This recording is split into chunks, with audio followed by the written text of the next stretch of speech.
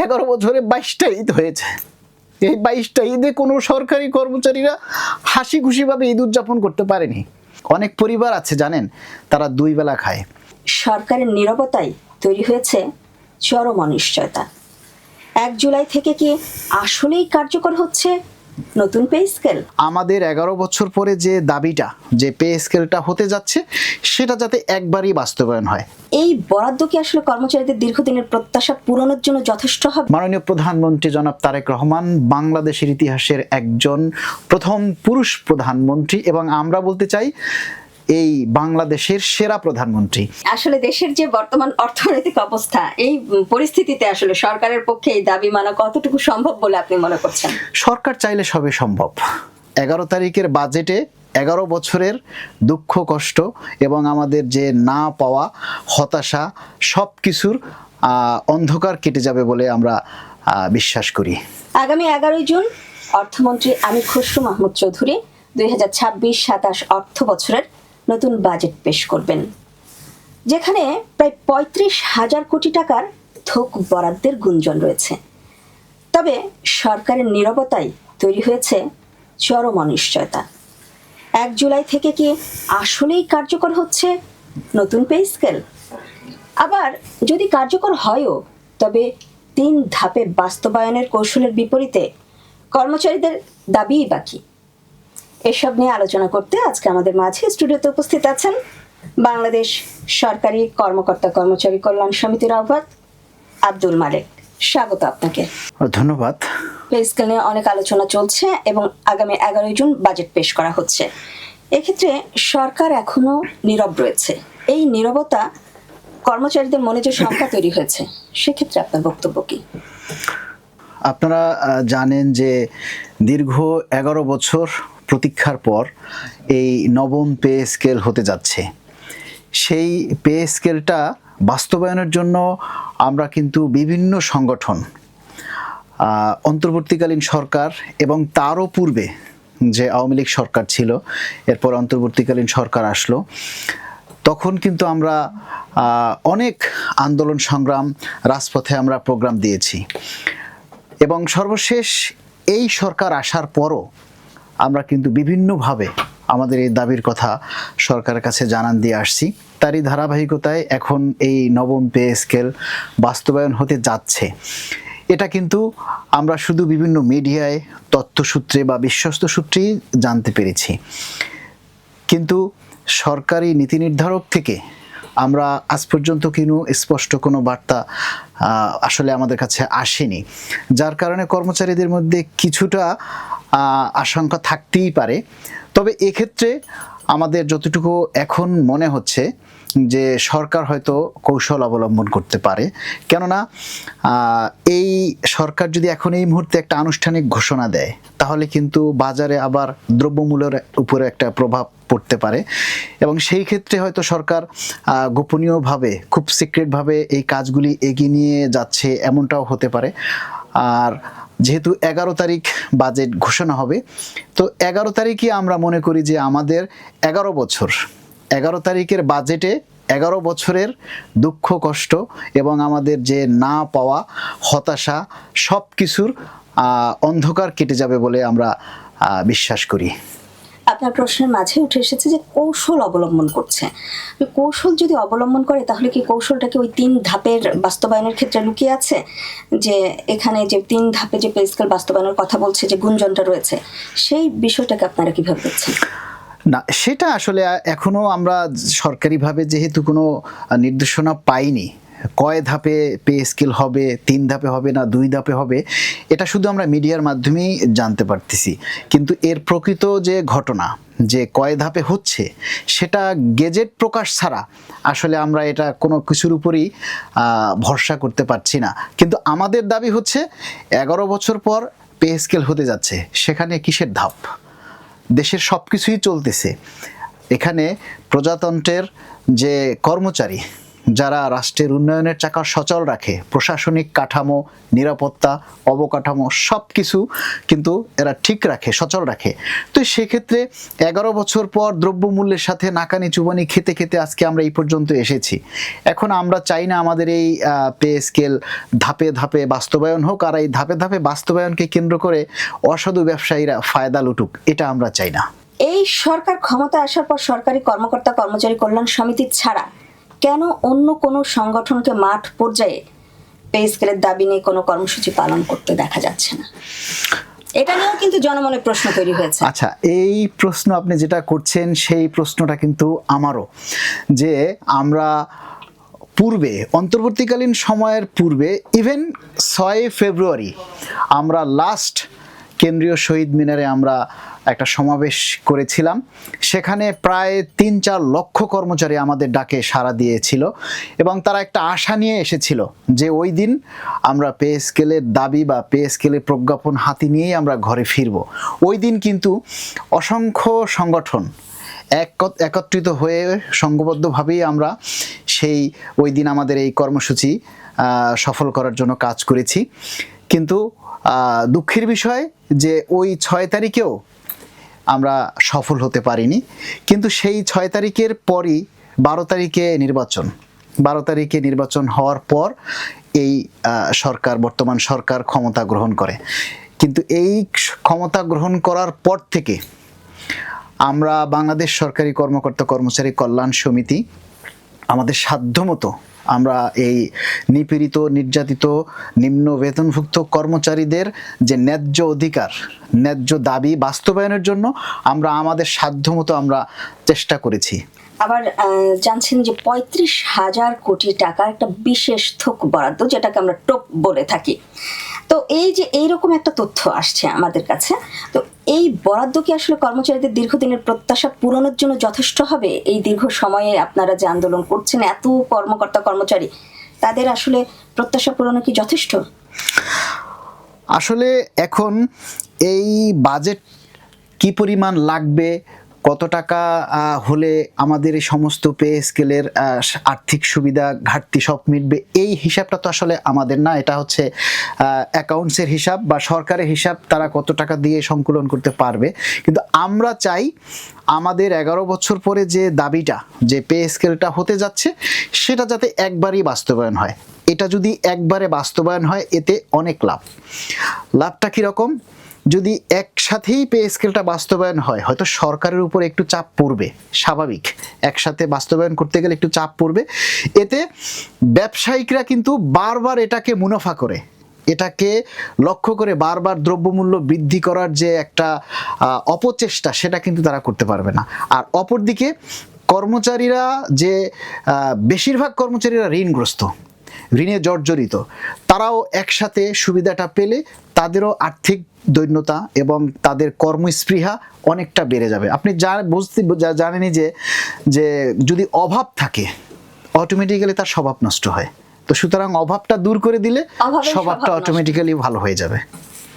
আচ্ছা, বর্তমান বাজার দরের সাথে যদি সঙ্গতি রেখে আপনারা চান, আপনাদের কত শতাংশ বেতন বৃদ্ধির দাবি জানাবেন তাহলে?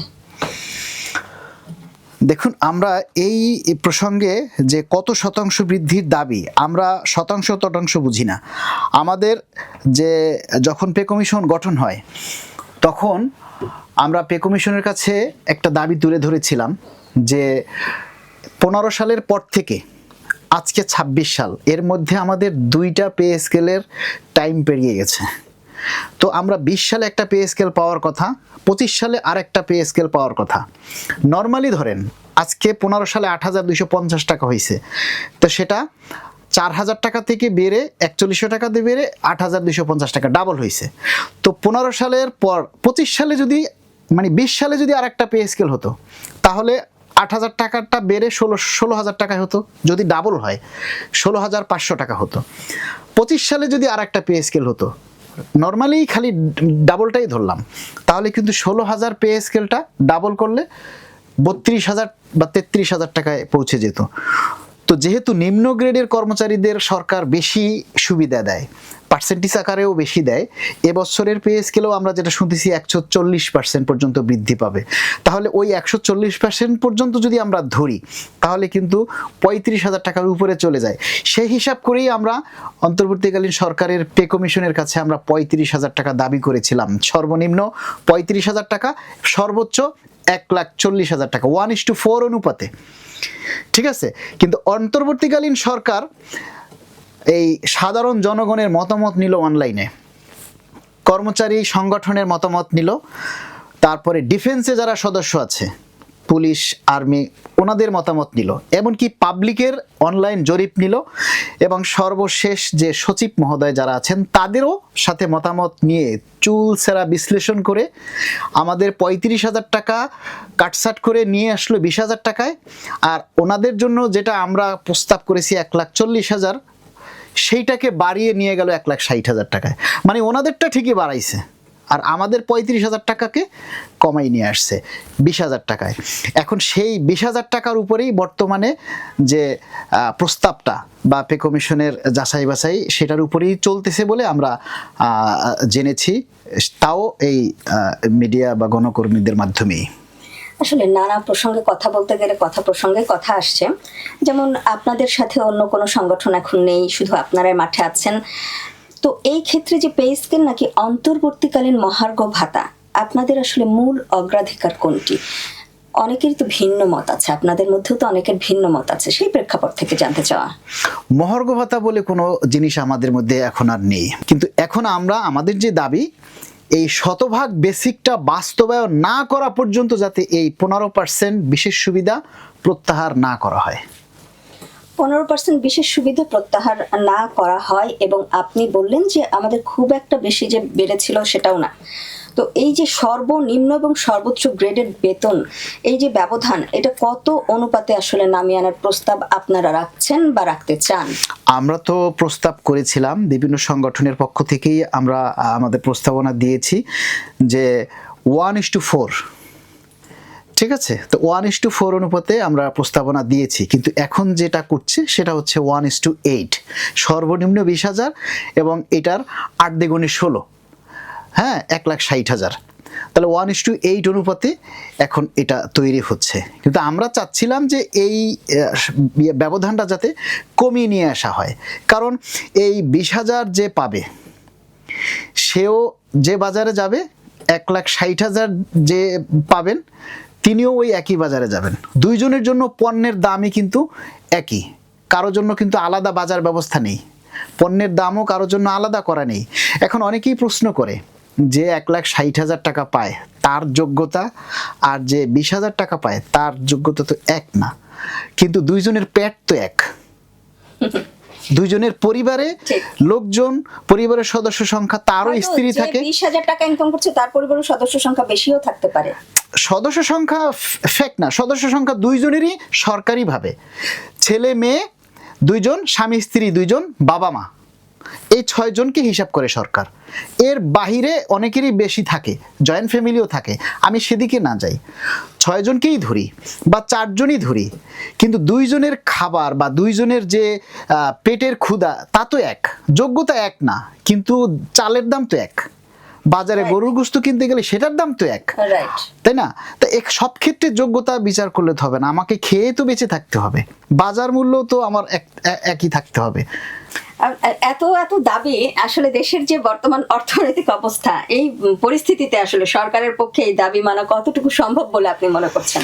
সরকার চাইলে সবই সম্ভব, কেননা আমরা সরকারকে প্রস্তাবও দিয়েছি প্রতিটা সরকারি কর্মচারীদেরকে ট্যাক্সের আওতায় নিয়ে আসেন।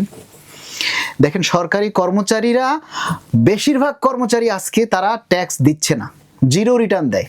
16,000 টাকা বেসিক হলেই তাদেরকে জিরো রিটার্ন দেওয়া হচ্ছে, কিন্তু থেকে ট্যাক্সের ইনফরমেশন থেকে বলা আছে যে 26,780 টাকা বেসিক হলেই সে কিন্তু ট্যাক্সের আওতায় চলে আসে। আর প্রত্যেকটা কর্মচারী যদি ট্যাক্সের আওতায় আসে তাহলে সরকারের রাজস্ব খাত কিন্তু রাজস্বটা বেড়ে যাবে, তো সরকারের সক্ষমতা বাড়বে। এবং এবারে যদি এই পে স্কেলটা যেটা ধরা হয়েছে সর্বনিম্ন 20,000 টাকা যদি এক ধাপে বাস্তবায়ন হয়, তাহলে আমি মনে করি প্রায় 80% কর্মচারীরাই ট্যাক্সের আওতায় চলে আসবে, এবং ট্যাক্সের আওতায় চলে আসলে সরকারের রাজস্ব স্বাভাবিকত বৃদ্ধি পাবে। আমরা কিন্তু আলোচনার একদম শেষ পর্যায়ে চলে এসেছি। এই দাবি আদায়ে সরকারের সংশ্লিষ্ট মহলের সাথে আপনাদের সর্বশেষ কি আলোচনা হয়েছে বা এর অগ্রগতি কতটুকু? সরকারের নীতি নির্ধারকদের সাথে আসলে আমাদের ওইভাবে সরাসরি কোনো যোগাযোগ হয়নি। আমরা মাননীয় প্রধানমন্ত্রীর সাথে সাক্ষাতের জন্য কয়েকবার আমরা চেষ্টা করেছি, আবেদনও দিয়েছিলাম, কিন্তু আমরা আমাদের সেই আলোচনা করার জন্য সুযোগ হয়নি। যার কারণে আমরা যতটুকুই এখন যা শুনি সেটা শুধু মিডিয়ার মাধ্যমে আর বিশ্বস্ত সূত্র মোতাবেক, কিন্তু এই বিশ্বস্ত সূত্রেরই যে সেটা কতটুকু সত্য সেটার আসলে কোনো ভিত্তি নেই। যার কারণেই স্বভাবত কর্মচারীদের মনে একটা ভয় একটা থাকে যে আসলেই কি হতে যাচ্ছে, আমি কি পাচ্ছি। 11ই জুন 11 বছরের দুঃখের অবসান কি ঘটবে, নাকি 11ই জুন আবার আমাদেরকে সেই শূন্য হাতেই ঘরে ফিরে যেতে হবে। এই যে একটা সংখ্যা, আমরা চাই এই 11 বছরের দৈন্যতা, 11 বছরের অভাব, 11 বছরের যে দাবি, সেটা যেন আজকের এই সোনালী নিউজের মতো, সোনালী আলোর মতোই ফুটে ওঠে, এটাই আমরা প্রত্যাশা করি, সরকারের কাছে দাবি রাখছি। এবং আপনার মাধ্যমে, সোনালী নিউজের মাধ্যমে আমরা সরকারের কাছে চিরদিনের জন্য কৃতজ্ঞ থাকব। মাননীয় প্রধানমন্ত্রী জনাব তারেক রহমান বাংলাদেশের ইতিহাসের একজন প্রথম পুরুষ প্রধানমন্ত্রী, এবং আমরা বলতে চাই এই বাংলাদেশের সেরা প্রধানমন্ত্রী। আর সেরা প্রধানমন্ত্রীর কাছে আমরা এই পে স্কেলের অতীত যে সরকার তারা যেভাবে পে স্কেল দিয়েছিল, আমরা চাই এই সরকার তাদেরকে ছাড়িয়ে সবচেয়ে ভালো এবং সেরা একটা পে স্কেল আমাদেরকে উপহার দেখ, এটাই আমাদের সরকারের কাছে প্রত্যাশা।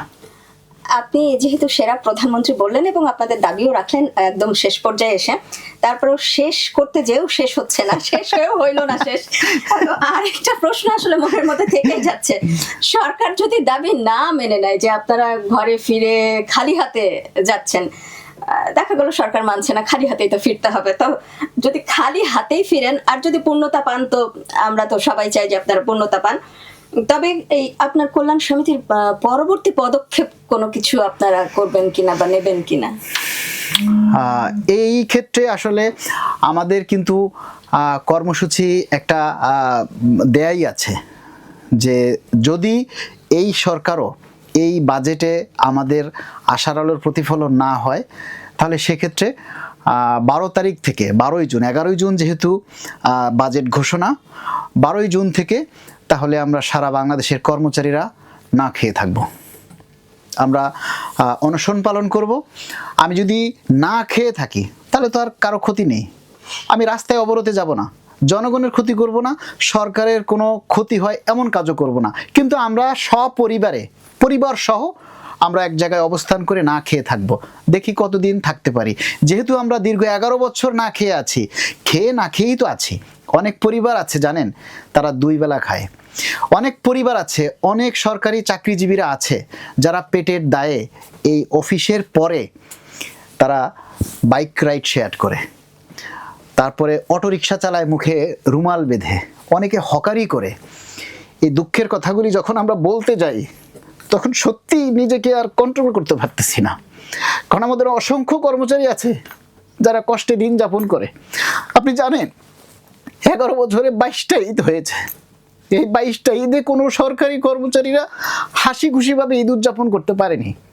আপনি জানেন 8,250 টাকা দিয়ে কি এই যে কোরবানির ঈদটা গেল, কোনো সরকারি নিম্ন বেতনের কর্মচারীরা কোরবানি দিতে পারেনি, তাদের পরিবারের মুখে এক টুকরো গরুর মাংস তুলে দিতে পারেনি।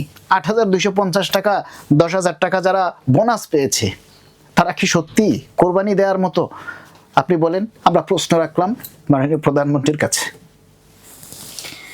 জনাব আব্দুল মালেক, আপনাকে অসংখ্য ধন্যবাদ জানাচ্ছি আপনার মূল্যবান সময় এবং মূল্যবান মতামত আমাদের সাথে শেয়ার করার জন্য, এবং এই অনুষ্ঠানের মাধ্যমে আপনি সরকারের কাছে অনেকগুলো দাবি রেখেছেন, আপনাকে অসংখ্য ধন্যবাদ জানাচ্ছি। দর্শক, আজ এ পর্যন্তই। আগামী 11 তারিখ যেন সকল সরকারি কর্মকর্তা কর্মচারীদের যে দীর্ঘ প্রতীক্ষা, তাদের যে দীর্ঘ 11 বছরের প্রতীক্ষা, সেই প্রতীক্ষার অবসান ঘটুক, আমরা এই প্রত্যাশায় রাখি। তাদের অনেক পাওয়া না পাওয়া, অনেক চাওয়া না চাওয়া, অনেক কিছুই আছে, সম্মিলিতভাবে তাদের সকল চাওয়াই যেন পূরণ হোক, নবম পে স্কেল বাস্তবায়ন হোক, এটাই প্রত্যাশা রাখছি। ভালো থাকুন, সুস্থ থাকুন, আসবো নতুন কোনো খবর নিয়ে আপনাদের সাথে। আল্লাহ হাফেজ।